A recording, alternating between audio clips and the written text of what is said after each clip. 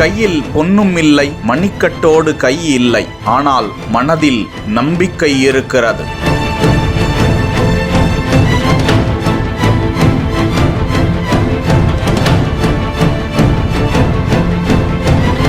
அந்த ஒரு கையில் பூக்கட்டி தாயை பராமரித்து தம்பியை திருமணம் செய்து கொடுத்து வாழ்க்கையை நகர்த்தி கொண்டிருக்கும் பொன் அழகு ஒரு சிறிய பார்வை.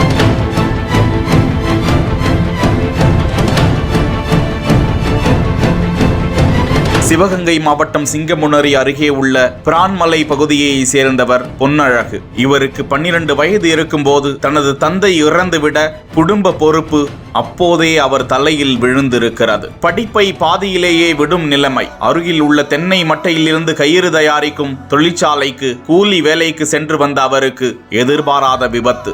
எந்திரத்தில் கை சிக்கி தனது 5 விரல்களுடன் மணிக்கட்டை இழந்து விடுகிறார் பொன்னழகு. பல மாதங்கள் மருத்துவமனையில் சிகிச்சை பெற்று குணமாகி மீண்டும் அந்த தொழிற்சாலைக்கு சென்றால் கை விரல்கள் இல்லாமல் எப்படி வேலை பார்க்க முடியும் என அந்த நிர்வாகம் அவரை நிராகரிக்கிறது. வீட்டில் இருக்கும் 2 வயிற்றோடு சேர்த்து 3 பேரும் சாப்பிட்டாக வேண்டுமே. கடுமையான சிரமத்திற்கு உள்ளாகி வேலை தேடுகிறார். கிடைக்காத நிலையில் அந்த பகுதியில் பூக்கட்டும் தொழிலை கற்றுக்கொண்டு ஒரு நாளைக்கு 100 முதல் 150 ரூபாய் வரை அவருக்கு சொற்ப வருமானம் கிடைக்கிறது. இதில்தான் அவரது தாயை பராமரித்து உடல் ஊனமுற்றோருக்கான நிதி மாதம் 1200 ரூபாய் வழங்கப்படும் நிலையில் அந்த சொற்ப வருமானத்திலும் சேர்த்து வைத்து தனது தம்பிக்கு பெண் பார்த்து திருமணம் செய்து வைத்திருக்கிறார். திருமண வயதை கடந்து விட்டதால் அவரது வாழ்க்கை அவரது தாயோடு கடந்து கொண்டிருக்கிறது. தாய்க்கும் உடல்நிலை சரியில்லாத நிலையில் மருந்து மாத்திரைகளை வாங்கி கொடுத்து காலத்தை நகர்த்துவதில் பொன்னழகிற்கு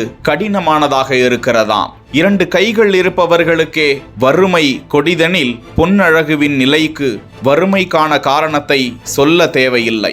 தமிழக அரசும் சமூக ஆர்வலர்களும் பொன்னழகுவிற்கு உதவி செய்ய வேண்டும் என கோரிக்கைகள் எழுந்து வருகின்றன. 12 வயசுல எங்கள் அப்பா இறந்ததுனால குடும்பத்தமை எனக்குன்னு விழுந்துருச்சு.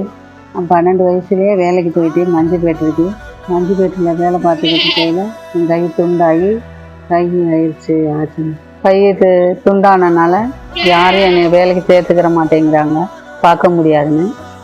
அதனால காலையில் 12 மணிக்கு பூ கட்டி ஆரம்பித்தேன்னா நைட்டு 8 மணி ஆயிரும். அதுக்கப்புறம் அந்த பூவை எடுத்துகிட்டு போய் விற்று கொடுத்துட்டு வந்தேன்னா 150 ரூபா கிடைக்கும். அதை வச்சு தான் சாப்பிட்டுட்டு இருக்கோம். ஓஏபி பணம் கொடுக்குறாங்க. கை ஆக்சிடென்ட் ஆனதுனால அது வாழ்வாதாரத்துக்கு பத்தாதனால நீங்கள் கவர்மெண்ட் பார்த்து ஏதாவது எங்களுக்கு உதவி செஞ்சால் நல்லாயிருக்கும்.